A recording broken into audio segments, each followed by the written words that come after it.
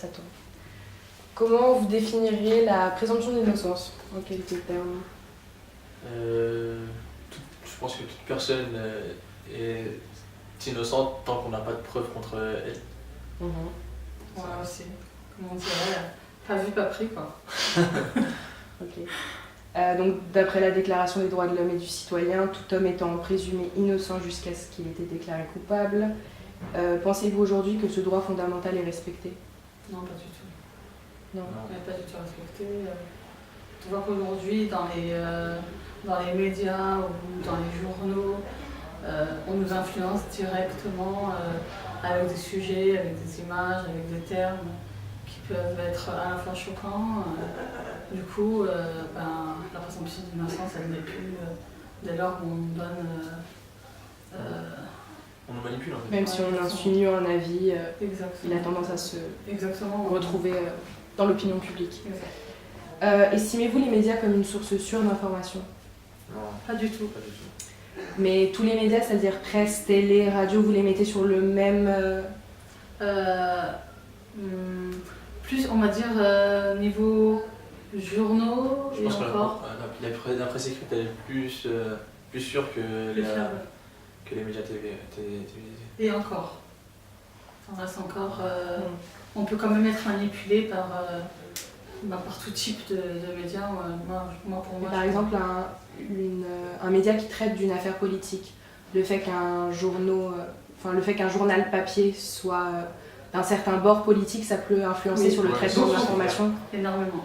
C'est clair. Donc vous avez lu les rappels de l'affaire Doutreau et DSK. Oui. Ouais.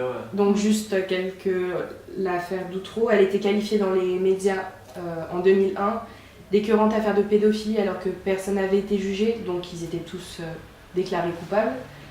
Et le quartier de l'horreur à Outreau, donc la population entière était qualifiée. Et DSK, donc une photo de lui parue dans les médias du monde entier, menotté, encerclé de policiers et sortant d'un commissariat, donc il porte les codes de la culpabilité alors que le droit français interdit la diffusion de l'image d'une personne menottée. Donc est-ce que le non-respect de la présomption d'innocence dans ces affaires-là vous choque? Oui.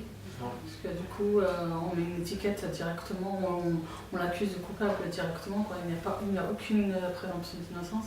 Donc chaque personnage traduit donc, en voyant ces images, en voyant donc, ces photos qui nous montrent donc, un DSK menotté ou autre, nous disent qu'il est coupable, quoi. Donc il n'y a aucune présomption d'innocence. Ouais, c'est des préjugés. Avant l'affaire, il était favori, je pense déjà. Des élections présidentielles. Et du jour au lendemain, on a une nouvelle étiquette sur ce personnage. C'est un petit peu, on peut le voir comme un petit coup monté, C'est manipulateur.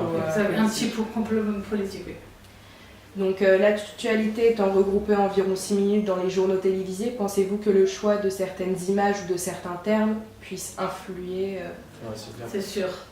la perception de la personne Il sur une image? faut qu'il nous choque, il faut qu'il... Ah, c'est sûr.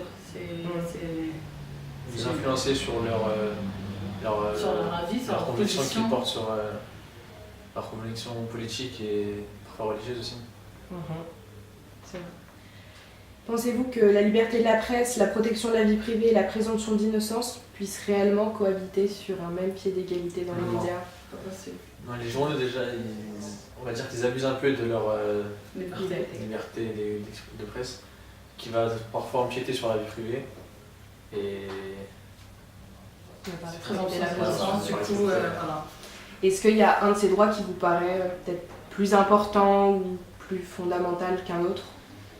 Du privé, pour protection de la vie privée, c'est clair que... Au-dessus? Exactement. D'accord. Bah merci beaucoup. Voilà. Fini.